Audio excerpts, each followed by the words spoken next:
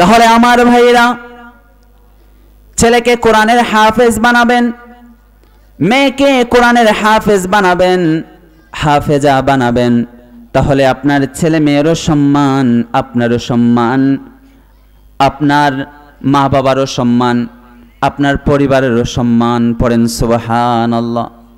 বাদশাহ আলমগীর, তার ছেলে হাফেজ হয়েছে, তো তার দাদা খুশি হওয়ার কথা না? বলেন, খুশি হওয়ার কথা না? কিন্তু তার দাদার মন খারাপ, দাদা মন খারাপ করে বসে আছে। বাদশাহ আলমগীর বলছে, বাবা আমার ছেলে কোরআনের হাফেজ হয়েছে, তুমি কি খুশি হবে? কিন্তু তুমি মন খারাপ করে বসে আছো যে? বাদশাহ আলমগীরের বাবা বলে, হাফেজ হয়েছে তোমার ছেলে, আর তুমি বাদশাহ আলমগীর, তুমি আমার ছেলে, কিন্তু তুমি তো হাফেজ হও নাই।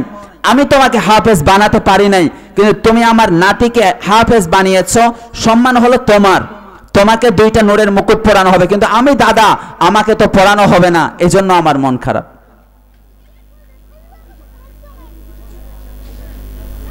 ছেলেকে হাফেজ বানাবেন, নিজে কষ্ট করবেন, ছেলেটাকে কোরআন শিখাবেন, ইনশাআল্লাহ। পড়েন ভাই, কোরআনের হাফেজ হওয়ার জন্য, আলেম হওয়ার জন্য 6টি জিনিস লাগে। কয়টি জিনিস লাগে? 6টি জিনিস। 1 নাম্বার, মনে রাখবেন, খুব গুরুত্বপূর্ণ কথা, জুকাউন, ব্রেন, মেধা শক্তি। 2টা ছেলে আছে, যেটার মেধা শক্তি খুব কম, তখন মা বাবা নিয়ত করে যে এটাকে মাদ্রাসায় দিব, হাফেজ বানাবো। এই যে নিয়ত ঠিক নেই। যেটার মেধা শক্তি বেশি, কারণ 30 পারা মুখস্থ, এটা কি 4 ঠিকানা কথা নাকি?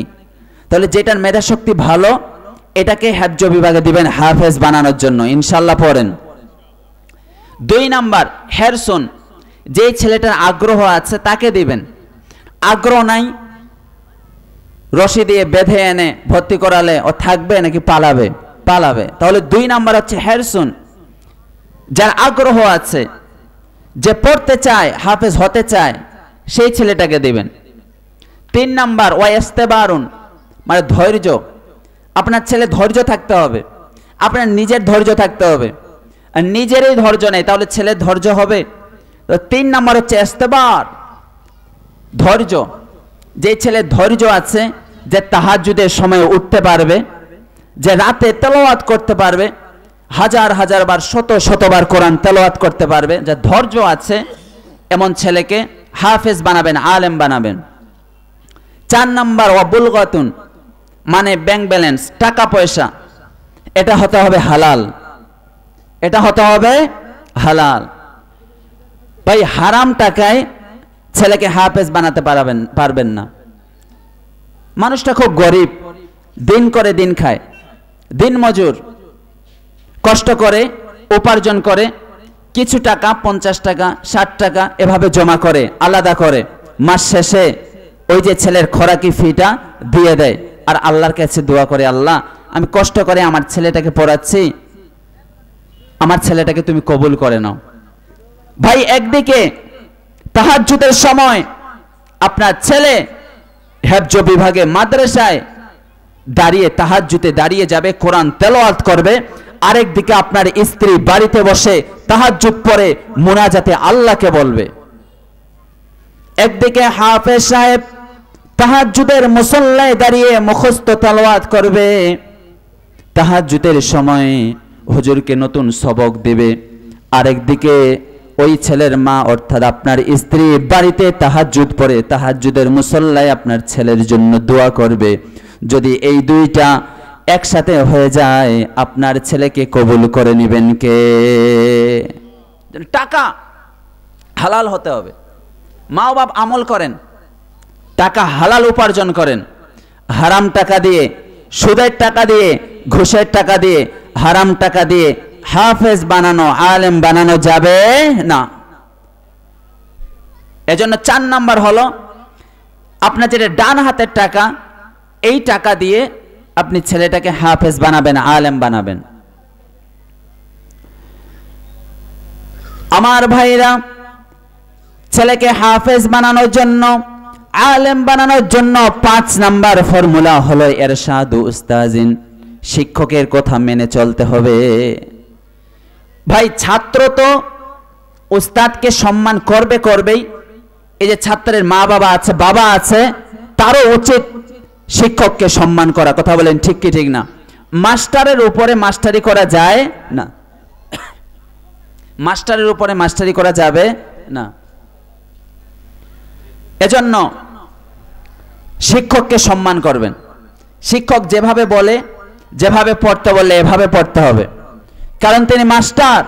মাস্টারের উপরে মাস্টারি করা যায় না। আমি দেখেছি আমার বাবা সবজি আবাদ করত, সবজি আছে না, সবজি আবাদ করত। তো আমার হুজুরের জন্য এগুলো পার্সেল করে ব্যাগে করে নিয়ে যেত হাদিয়া।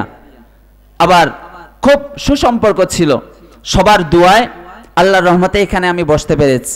তাহলে যারা আপনার গার্ডিয়ান আছেন, অভিভাবক আছেন, আপনাদের আচরণটা শিক্ষকের সাথে সম্মানজনক হবে। আমাদেরকে শিক্ষকরা শাসন করেছে, আর এখন কিছু গার্ডিয়ান আছে, অভিভাবক আছে, তারা শিক্ষককে শাসন করতেছে। তাহলে হবে? আপনার ছেলে মানুষ হবে? হবে না। তাহলে 5 নাম্বার হলো ইরশাদু উস্তাজিন, শিক্ষকের কথা মেনে চলবো, শিক্ষককে সম্মান করব। ছাত্র যারা আছো শিক্ষককে সম্মান করবে, আর যারা ছাত্রের মা বাবা আছেন আপনারাও সম্মান করবেন। শিক্ষকের কথা মেনে চলতে হবে। আমরা যারা হাফেজ, আমাদের শিক্ষক তো মহান আল্লাহ, পড়েন আল্লাহু আকবার। শিক্ষা 2 প্রকার, একটা হলো জাগতিক বিদ্যা, আরেকটা হলো কোরআনের বিদ্যা। শিক্ষা মৌলিকভাবে 2 প্রকার, জাগতিক বিদ্যা, কোরআনের বিদ্যা। এই কোরআনের বিদ্যার গড়া হলো মজবুত আরশে আজিম পর্যন্ত। পক্ষান্তরে জাগতিক বিদ্যার গড়ার শুরু হলো অজ্ঞতা আর মূর্খতা। বিশ্বাস না হলে আপনাদেরকে বোঝানোর জন্য একটা উদাহরণ দেই। এই পৃথিবীতে এক সময় এমএ পাশের ডিগ্রি ছিল না, এই পৃথিবীতে এক সময় বিএ পাশের ডিগ্রি ছিল না। তাহলে সর্বপ্রথম যে এমএ পাস করেছে তার টিচার কি পাস? BA pass. সর্বপ্রথম যে বিএ পাস করেছে তার টিচার কি পাস? IA pass. সর্বপ্রথম যে আইএ পাস করেছে তার টিচার কি পাস? SSC pass. সর্বপ্রথম যে এসএসসি পাস করেছে তার টিচার কি পাস? PSC pass. সর্বপ্রথম যে ক্লাস 5 পাস করেছে তার টিচার ক্লাস 4। সর্বপ্রথম যে ক্লাস 4 পাস করেছে তার টিচার ক্লাস 3। সর্বপ্রথম যে ক্লাস 3 পাস করেছে তার টিচার ক্লাস 2। সর্বপ্রথম যে ক্লাস 2 পাস করেছে তার টিচার ক্লাস 1। সর্বপ্রথম যে ক্লাস 1 পাস করেছে তার টিচার ক্লাস 0। পক্ষান্তরে আপনি এখন বলবেন তাহলে হুজুর আপনার বিদ্যার খতিয়ান বলেন। তাহলে আমি বলবো, আমি আলিফ বা তা সা জিম থেকে নিয়ে শুরু করে সূরাতুল ফাতিহা পড়েছি আমি আমার উস্তাদের কাছে, তিনি তার উস্তাদের কাছে, তিনি তার উস্তাদের কাছে, তিনি তাবের কাছে, তিনি তাবের কাছে, তিনি সাহাবীর কাছে, তিনি মুহাম্মাদুর রাসূলুল্লাহ সাল্লাল্লাহু আলাইহি ওয়াসাল্লামের কাছে। সুবহানাল্লাহ পড়েন। তাহলে আমাদের উস্তাদ, আমাদের শিক্ষক, আমাদের মদিনার সার্টিফিকেট আছে না নাই? আপনাদের সার্টিফিকেটে প্রেসিডেন্টের দস্তখত, বাংলা একাডেমির দস্তখত, আর আমাদের সার্টিফিকেটের মধ্যে স্বয়ং আল্লাহ পাকের দস্তখত। পড়েন আল্লাহু আকবার। নবীজি পর্যন্ত আমাদের সার্টিফিকেট আছে না নাই? নবীজি কার কাছে শিখেছেন? নবীজি কি কোনো বিদ্যালয়ে পড়ালেখা করেছেন? কোন বিশ্ববিদ্যালয়ে পড়ালেখা করেছেন? নবীজির উস্তাদ হলেন জিবরাইল আলাইহিস সালাম। জিবরাইল আলাইহিস সালাম আল্লাহর কাছ থেকে নিয়ে এসেছেন। পড়েন আল্লাহু আকবার। সুতরাং আমার উস্তাদ, বড় শিক্ষক, মহান শিক্ষক হলেন কে? আওয়াজ করে বলেন কে? আল্লাহ। এটা আল্লাহ প্রদত্ত, আল্লাহ প্রদত্ত। সম্মানিত উপস্থিতি, আমরা ছেলে মেয়েকে এই হাফেজিয়া মাদ্রাসায় আমরা পড়াবো ইনশাআল্লাহ। পড়েন। এই মাদ্রাসা আমি দেখেছি একেবারে ছোট ছিল, বেড়ার ছিল। হাফেজ আল মামুন সাহেব, শ্রদ্ধেয় বড় ভাই, তিনি কিন্তু এই মাদ্রাসায় অনেক মেহনত করেছেন, অনেক পরিশ্রম করেছেন। এটি 1 যুগ পার হয়ে গিয়েছে। আল্লাহ তাআলা হাফেজ আল মামুন ভাইয়ের হায়াতের মধ্যে বারাকা দান করুক। পড়েন আমিন। ওয়া আখিরু দাওয়ানা আনিল হামদুলিল্লাহি রাব্বিল আলামিন।